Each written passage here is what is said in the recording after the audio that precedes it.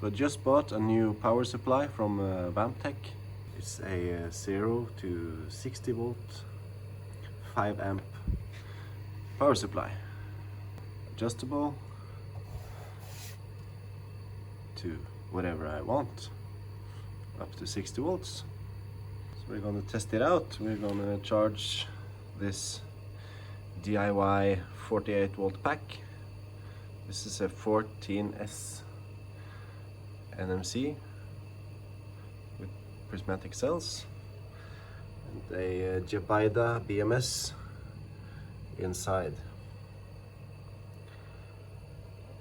The power supply comes with a unit, the cord, and some alligator clips. So what you do is you power on. You can see it says CVCC, which is constant voltage, constant current. Fully charged, this battery 14S NMC is at 57.4 volts. Before we connect the clips to the battery, we need to set the voltage. We got a coarse voltage, a fine voltage, and a coarse amperage and a fine amperage. Now set our voltage.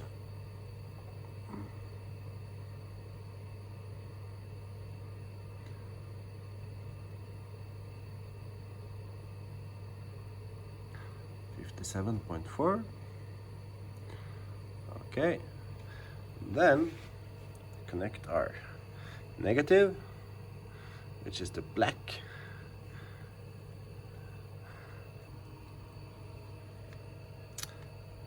and the positive, which is the red one, on the red. Now, as you can see, the voltage on the unit has dropped because it's connected to the battery, which is charging. We're charging with 270 watts, 5.17 amps, and we're currently on 52.3 volts. Let's check the BMS app to see if it's accurate. So the BMS is charging at 270 watts, which is what we see right here. So I guess this unit is working, and now the fan just turned on.